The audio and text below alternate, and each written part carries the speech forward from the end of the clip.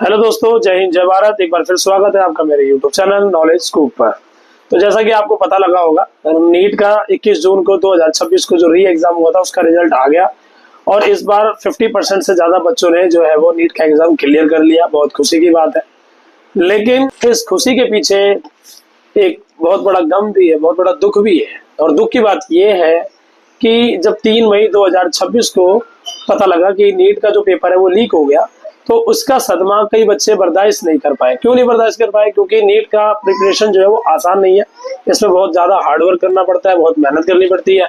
और जब बच्चा पेपर दे के आता है और उसको पता लगता है कि जो एग्जाम है वो दोबारा होगा, पेपर लीक हो गया, तो ये सदमा बर्दाश्त करना उन बच्चों के लिए थोड़ा सा मुश्किल था और उन बच्चों ने एक गंभीर कदम उठाया और सुसाइड कर लिया।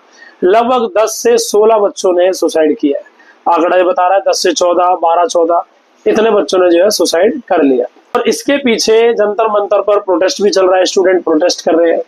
और आपने वीडियो में भी देखा होगा कि नीट का री एग्जाम जिन बच्चों ने दिया है और जो क्वालिफाई हो गए वो बहुत खुशियां मना रहे हैं।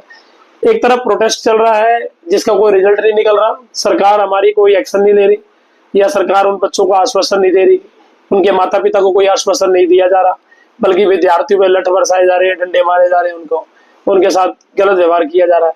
दूसरी तरफ वहां बच्चों ने जहाँ एग्जाम दे दिया, जिन्होंने क्वालिफाई कर दिया, वो खुशियां मना रहे हैं, वहाँ मिठाइयां बांटी जा रही है, वहां जो है वो ढोल बज रहे हैं। और इस बीच में जिनके जो माता पिता है, जिनके बच्चों ने सुसाइड कर लिया, उनका क्या होगा?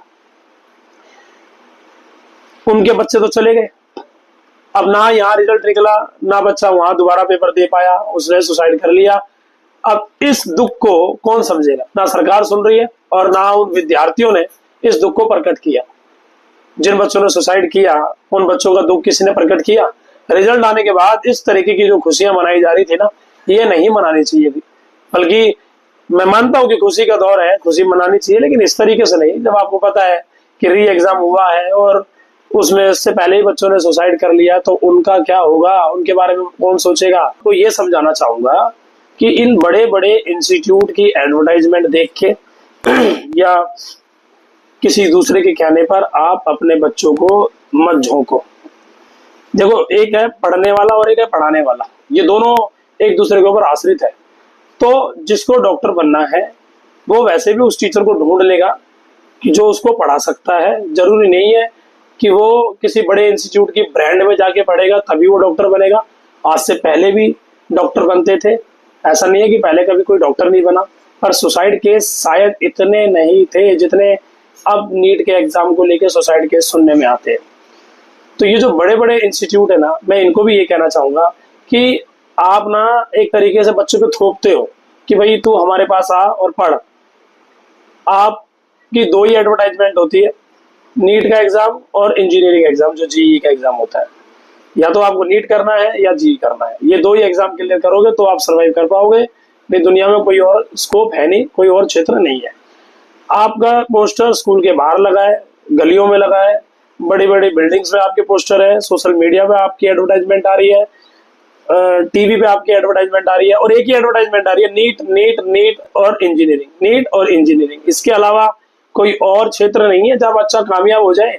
आप और भी तो बताओ ना उनको कि हाँ भाई हम इस चीज में भी पार्टिसिपेट करवा सकते हैं। और पेरेंट्स को मैं ये बोलना चाहूंगा कि आप बच्चे की काबिलियत देखो, उसके बाद बच्चे से डिस्कस करो कि भाई तू किस लाइन में जाना चाहता है। वो कह रहा है कि भाई, आप बच्चे से पूछो, वो कहेगा कि मुझे गेम में जाना है, गेम्स में जाना है, तो आप गेम्स में उसको पार्टिसिपेट कराओ ना। किसी के कहने पे आप अपने बच्चे को या किसी पड़ोसी के बच्चों को देख के या किसी का एडवर्टाइजमेंट बोर्ड देख के आप इंस्पायर्ड हो रहे हैं और अपने बच्चे को जबरदस्ती वहां धकेल रहे हैं। अब होता क्या है, बच्चा हार्ड वर्क कर रहा है, शुरू से लगा पड़ा है, मेहनत कर रहा है, और इन केस उसको ये बात पता लगती है कि भाई पेपर लीक हो गया और उसने सुसाइड कर लिया। चलो ये तो मान लो पेपर लीक का केस हो गया। सपोज मान लेते हैं, भगवान ना करे, आपका बच्चा किसी कारण से रह जाता उस एग्जाम में, तो भी वो बच्चा सुसाइड करता। तो आप समझ रहे हो ऐसा क्यों है? क्योंकि वो मानसिक तौर पर पहले ही बहुत ज्यादा टॉर्चर हो चुका है, तो इस वजह से वो ये सदमा बर्दाश्त नहीं कर पाया। क्योंकि जो री एग्जाम है वो बच्चों ने दिया है और 50% से ज्यादा बच्चे क्वालिफाई भी हुए हैं, और वो बड़े बड़े इंस्टीट्यूट वहां पर पार्टियां कर रहे हैं, ढोल बजा रहे हैं, अपनी एडवर्टाइजमेंट कर रहे हैं कि हाँ भाई हमारे इंस्टीट्यूट में पढ़ गया बच्चा पास हो गया। और डॉक्टर बन जाएगा। हमारे इंस्टीट्यूट में बच्चा पढ़ के पास हो गया, डॉक्टर बन जाएगा। पर जिन बच्चों ने सुसाइड कर लिया उनका दुख कोई बांट पाएगा? उनका दुख कोई नहीं बांट पाएगा। उनका दुख केवल उनके माता पिता तक सीमित रह जाएगा और कोई उस दुख को बांटने नहीं आएगा। ये समझाना चाह रहा हूँ कि आप बच्चे की काबिलियत देखो और उसके हिसाब से उस बच्चे का क्षेत्र जो है वो आप डिसाइड करो कि हाँ मेरा बच्चा इसलिए बना है। दूसरा, बच्चे से भी आप बात करो, किसी तरीके का कोई प्रेशर नहीं है। ऐसा नहीं है कि डॉक्टर का स्टेटस बहुत ज्यादा ऊपर है, सबसे ऊपर है। हर उस आदमी का स्टेटस बहुत ऊपर है जो एक अच्छा काम करता है, चाहे फिर वो कोई भी है। चाहे फिर वो डॉक्टर है तो उसका दर्जा अच्छा है, और अगर वो पुलिस वाला है, ईमानदार है, तो उसका भी दर्जा अच्छा है ना। अब डॉक्टर है लेकिन अगर वो डॉक्टर गलत कर रहा है तो फिर उसका दर्जा कहाँ गया? कहने का मतलब ये है कि बहुत सारे क्षेत्र हैं जहां आपका बच्चा पैसा, शोहरत, इज्जत, हर चीज कमा सकता है। आप उसको झोंको मत किसी के कहने पर, और ना ही इतना मेंटली स्ट्रेस लेने की कोई रिक्वायरमेंट है कि भाई तू डॉक्टर बनेगा तो ही तू सरवाइव कर पाएगा, नहीं तो नहीं सरवाइव कर पाएगा। क्योंकि आपका दुख आपके अलावा कोई और नहीं बांट सकता। इस देश में हर कोई अपनी रोटी सेकने के लिए तैयार खड़ा है। नीट का एग्जाम का जब रिजल्ट आया तो जो बच्चे क्वालिफाई हुए उन्होंने किसी प्रकार का कोई खेद प्रकट नहीं किया। कोई इंस्टीट्यूट सामने ये नहीं आया कि भाई हमारे यहाँ इतने बच्चे क्वालिफाई हुए हैं लेकिन इस साल हम सेलिब्रेशन नहीं करेंगे, क्योंकि बहुत सारे बच्चों ने इस बार सुसाइड भी किया। तो हमारी जो ये खुशी है वो उस दुख के आगे बहुत छोटी है। तो इसलिए हम ये सेलिब्रेशन नहीं करेंगे। किसी भी बड़े इंस्टीट्यूट ने आके किसी माँ बाप को ये आश्वासन नहीं दिया, और न ही वहाँ सरकार सुनने वाली है। तो आप अपने बच्चे का भविष्य तय करेंगे, किसी दूसरे का हक नहीं है कि वो बहुत बड़े बोर्ड लगा के या एडवर्टाइजमेंट करके आपके बच्चे का भविष्य तय करे।